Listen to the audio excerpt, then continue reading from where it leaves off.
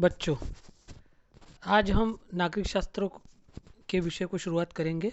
हमारे इतिहास के 5 पाठ हो चुके हैं और नागरिक शास्त्र का एक पाठ हमने पिछली बार लिया था।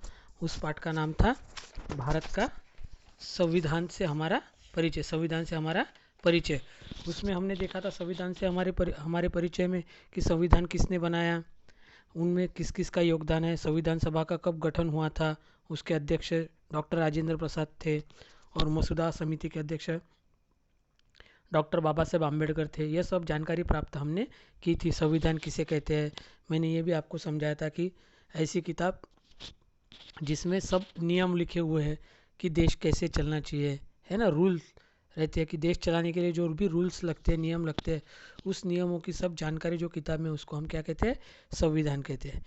अभी दूसरे पार्ट में हमको देखना है संविधान की उद्देशिका।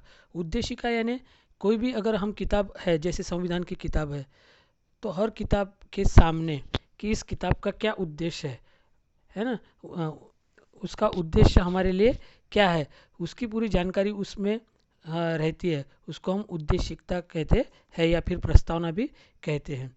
ठीक है, जैसे अभी संविधान की उद्देशिका अगर आप देखेंगे तो आपके हर किताब के पहले पेज पर संविधान की उद्देशिका दी हुई है।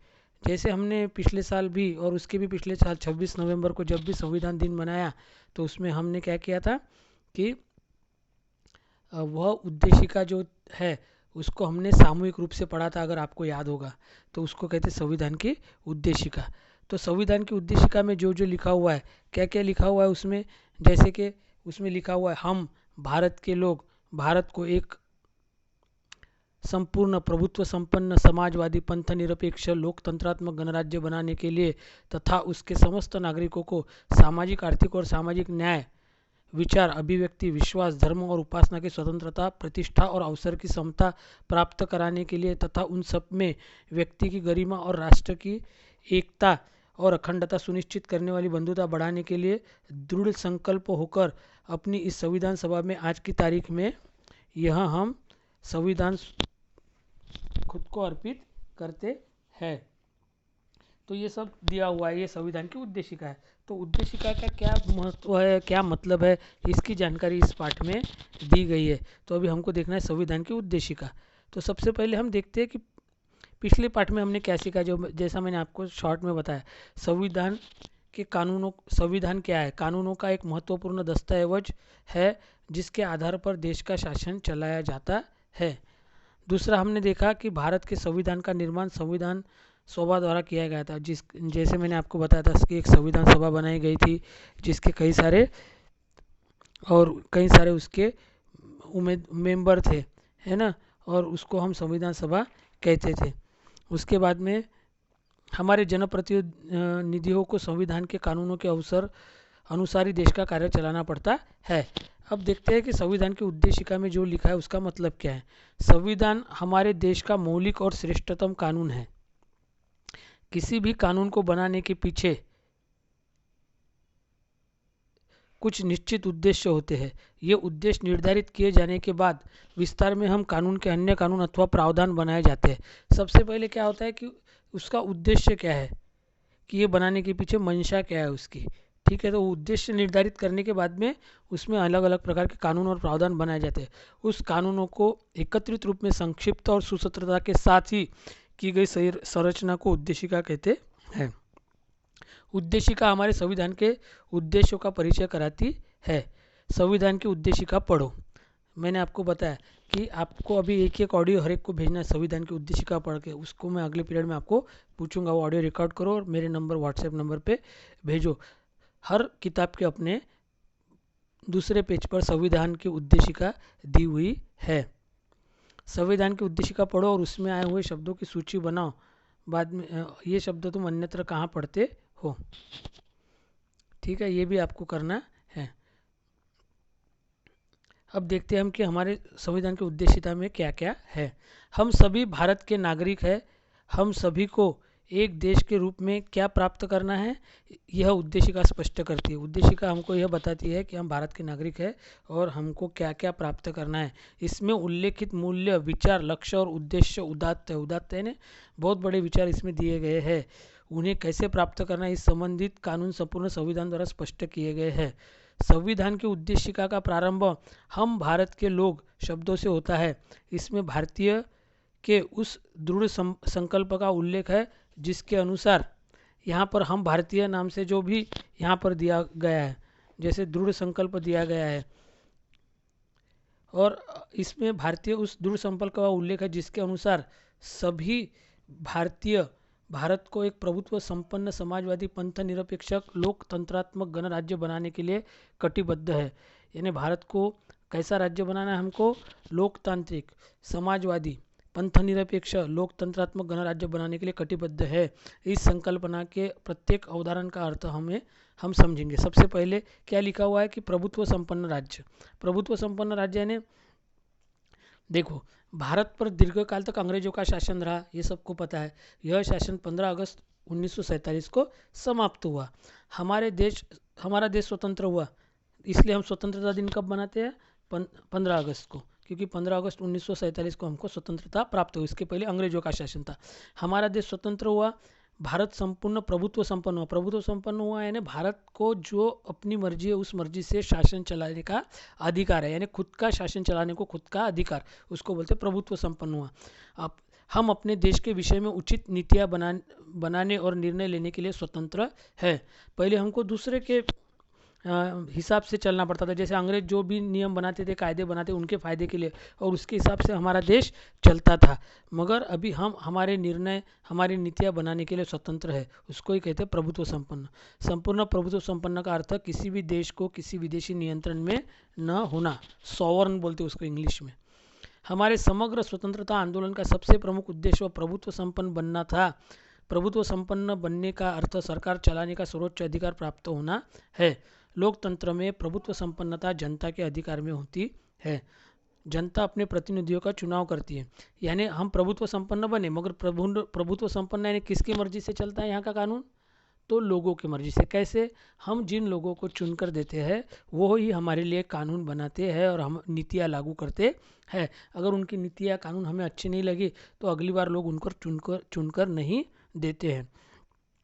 जनता अपने प्रतिनिधियों का चुनाव करती है, उन प्रतिनिधियों को संप्रभुता के अधिकारों का उपयोग करने की अनुमति प्रदान करती है। हम अपने देश के अंतर्गत कौन से कानून बनाए ये निश्चित करने का अधिकार जनता और जनता द्वारा चुनी हुई सरकार को प्राप्त होता है। जैसे हम जिन लोगों को चुनकर देते हैं वो संसद में जाते हैं, लोकसभा जिसको बोलते हैं, और जो महाराष्ट्र का चुनाव होता है तो विधानसभा में जाते हैं। तो देश के लिए जो भी उचित कानून है वो बनाने का काम संसद करती है, और महाराष्ट्र के लिए जो भी उचित कानून है वो बनाने का काम विधानसभा करती है।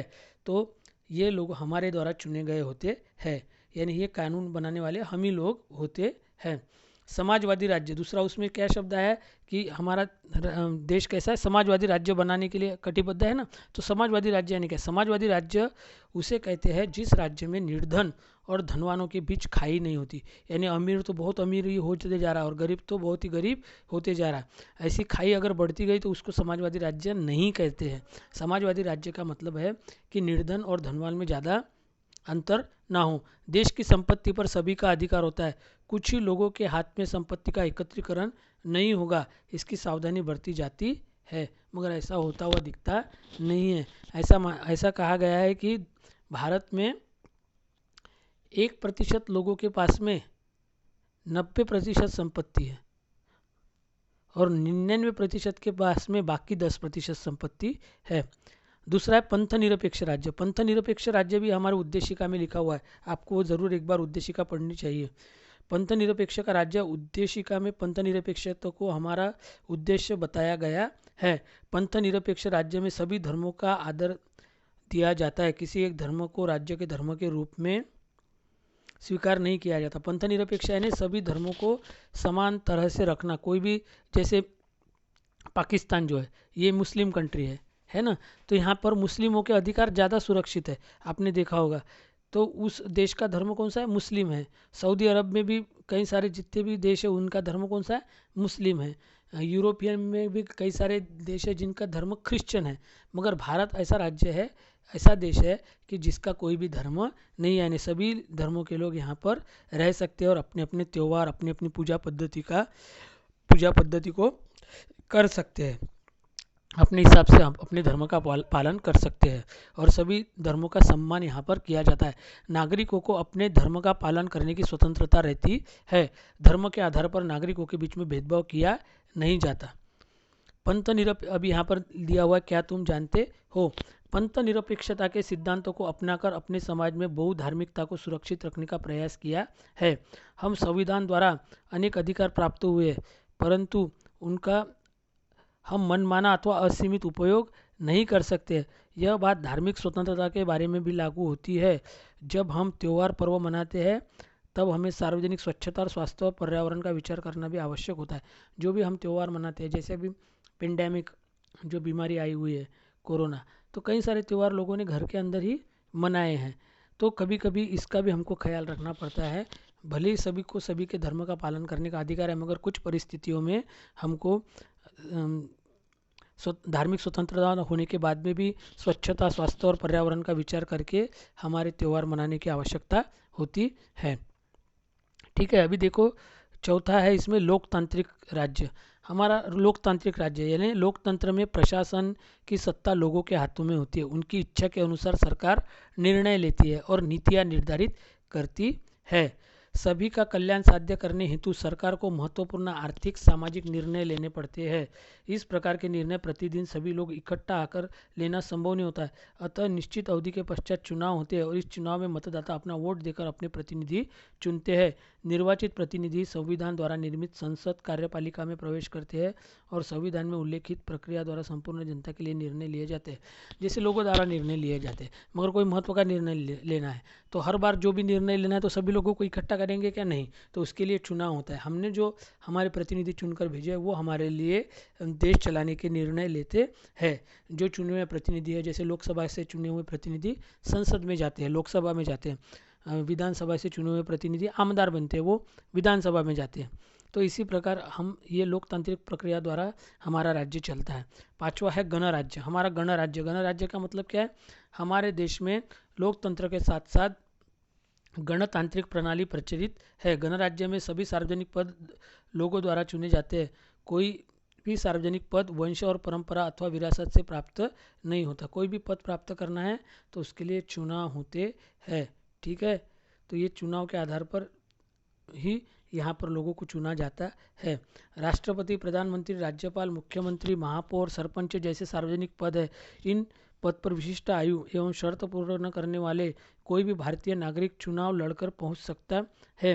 राज्य सत्ता प्रणाली में यह पद वंश, परंपरा अथवा विरासत में एक परिवार के व्यक्तियों को प्राप्त होते हैं। अगर राजेशाही प्रणाली है तो राजा का बेटा ही राजा बनेगा, उसका बेटा राजा बनेगा, मगर यहाँ लोकशाही में ऐसा नहीं है। एक सामान्य चाय वाला भी प्रधानमंत्री बन सकता है। ठीक है, तो इसका मतलब क्या है कि वंश परंपरा के अनुसार यहाँ पर कोई भी सत्ता मिलती नहीं है। राष्ट्रपति का बेटा राष्ट्रपति बनेगा और मुख्यमंत्री का बेटा मुख्यमंत्री बनेगा, ऐसा हमारे गणराज्य में होता नहीं। इसको ही गणराज्य कहते हैं। उद्देशिका द्वारा सभी भारतीय नागरिकों को 3 मूल्य न्याय, स्वतंत्रता और समता और उनके अनुसार आचरण करने का कानून बनाकर उन मूल्यों को प्रत्यक्ष व्यवहार में उतारने का आश्वासन दिया गया है। इन मूल्यों का अर्थ हम समझते हैं।